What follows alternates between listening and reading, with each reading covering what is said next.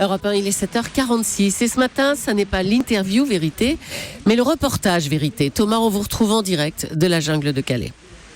Mais quand on arrive ici, Julie, on est saisi parce que c'est grand, parce que ça ne ressemble à rien de ce que l'on connaît. Moi, j'étais jamais venu avant, j'étais comme tout le monde. J'avais sans doute quelques idées reçues, quelques clichés en tête. Et puis, je suis parti à la découverte de cette jungle et des humains qui l'habitent avec Stéphane Duval. Stéphane Duval, c'est le directeur du centre Jules Ferry qui accueille, soigne et nourrit ces migrants. Je peux vous dire qu'il y a quelques mois ici, il n'y avait rien. On était dans une zone de dunes. Il n'y avait aucune de ces maisons, de ces baraques. Là. Il n'y avait rien du tout. Tout s'est organisé avec des commerces, des réparateurs de vélos. Voilà. Vous parlez un petit peu français? Non? Anglais? Anglais? English? Afghanistan. Bonjour. Vous parlez français? Where do you come from? I come from Sudan. As you see, it's very tough. Je viens du Soudan. Je suis là depuis 6 mois. Il fait très froid ici. C'est dur, il y a trop de monde. Et par exemple, pour les douches, il faut se bagarrer. Si tu ne te bats pas, tu peux passer des mois sans te doucher. Pour tenir, moi, je garde le sourire. Je crois qu'il faut sourire pour s'en sortir. Yes, you have nothing to do, just to smile. Les plus anciens sont là depuis combien de temps? Alors les plus anciens sont là, nous on y est depuis 1 an, les plus anciens sont là depuis 1 an. Mais globalement, les premiers qui se sont installés dans la zone ici sont les Soudanais. Après, au fur et à mesure, selon les nationalités. C'est structuré par quartier en quelque sorte? Oui, c'est ça, c'est par quartier, il y a des rues, il y a des magasins, il y a une rue principale. Là, on est devant un panneau, je vois marqué École du Darfour, School of Darfour. C'est un des multiples lieux qui sont implantés sur le camp, sur la jungle. Il y a vraiment de tout. En même temps, je vais vous donner mon impression. On a le sentiment qu'on est presque dans une zone de guerre ou une zone de catastrophe naturelle ici.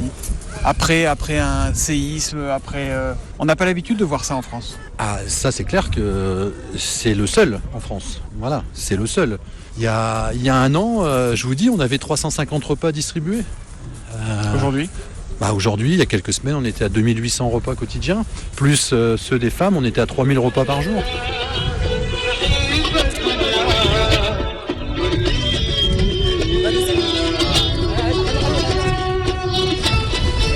Là, on a le CAP. Donc le CAP, c'est le centre d'accueil provisoire, c'est ce qui a été ouvert au début janvier. C'est la zone qui va permettre de mettre à l'abri 1500 personnes. On peut rentrer, si vous voulez, dans la station d'enregistrement. Enregistrer, ça veut dire quoi? On leur demande pas de papier d'identité. Ils nous donnent une identité. Alors, on va expliquer à monsieur les règles de fonctionnement après l'intégration au CAP. À savoir, interdiction de fumer dans les containers. Pas de bagarre au niveau des containers, évidemment. Est-ce que monsieur est d'accord avec tout ça? Oui. Vous venez d'où? Afghan. Et comment vous êtes arrivé en France, vous? Il est arrivé sans papier jusqu'à Turquie, après passé par Grèce, Autriche, Allemagne, Paris, c'est tout. C'est un voyage qui vous a coûté combien? 5 $5,000 à peu près. Là, on voit passer un petit bonhomme sur un vélo, là. C'est pas sa place ici, quand même, non? Non, c'est sûr, c'est pas sa place. Mais moi, je crois qu'on s'est pris de plein fouet cette situation. Alors, on aurait pu, bien sûr, des tas de gens vont vous dire, mais on l'avait prévu, c'était prévisible. Il n'y a rien de prévisible ici sur l'évolution de la situation. Stéphane, là, il y a quand même une image qui est assez saisissante. C'est-à-dire qu'on a à droite ce qui ressemble à des bidonvilles, de la boue. À gauche, un grillage et des petits pavillons. Comment se passe la cohabitation? D'un côté, vous avez effectivement des gens qui ont vu leur situation se dégrader d'un seul coup et aujourd'hui, c'est tout leur monde qui s'écroule. Et de l'autre côté, vous avez 2, 3, 4 000 personnes qui sont là et qui sont dans le désœuvrement complet aussi. Je crois que c'est deux situations qui se heurtent. J'allais presque dire 2 situations de désarroi qui se heurtent à un moment donné. Je voulais savoir, alors vous êtes de l'autre côté de ce grillage. Oui. Votre maison donne sur la jungle. Oui. Comment vous vivez tout ça? C'est assez angoissant. C'est assez angoissant parce que au moins 3-4 fois par semaine, on entend l'assaut des migrants sur les CRS. On a les fumigènes parce que le vent, il nous amène le vent chez nous. Et toujours on se demande ce qui va se passer. Et puis en dehors de ça, on est en fumée parce qu'ils font tout le temps du feu ou ils brûlent leur tente parce qu'ils se battent. Sinon, individuellement, quand on en reparle, ils sont gentils. Il n'y a pas de problème. C'est surtout quand ils sont en masse et que tout d'un coup ils s'énervent, c'est angoissant. Ça arrive fréquemment ? Je vous dis au moins 4 fois par semaine. Hein. Donc là, on est quel jour ? On est mercredi. Bon, c'est mercredi, les camions vont commencer à être très nombreux, il va y avoir des bouchons. Donc c'est là où ils risquent de se mettre à attaquer la rocade ou le tunnel. Pour essayer d'aller en Angleterre. Voilà. Là, ils sont en train d'installer les petites maisons. Ouais. Il y a un sujet qui a l'air tabou quand on parle avec les migrants qui sont ici, c'est les passeurs. Ça leur fait peur. Visiblement, il y en a quand même dans le camp. Mais évidemment. Comment ça s'organise, entre guillemets, ça ?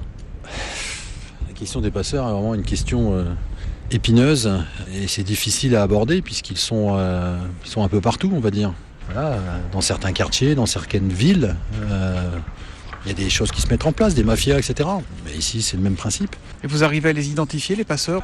Non, globalement, de toute façon, les passeurs vont pas venir ici directement. Ils vont envoyer leurs petites mains pour faire ce qu'ils ont à faire. Mais voilà, nous, c'est difficile à repérer. Vous voulez entendre les gens de Darfour chanter ? On va chanter pour toute la France. Toute la France. This is the day, this is the day that the Lord has made, that the Lord has made. I will rejoice. Quand vous enlevez votre costume de responsable ici, humainement... L'humain, il est... Moi, quand j'enlève mon blouson et que je rentre chez moi le soir, j'ai du mal à décrocher.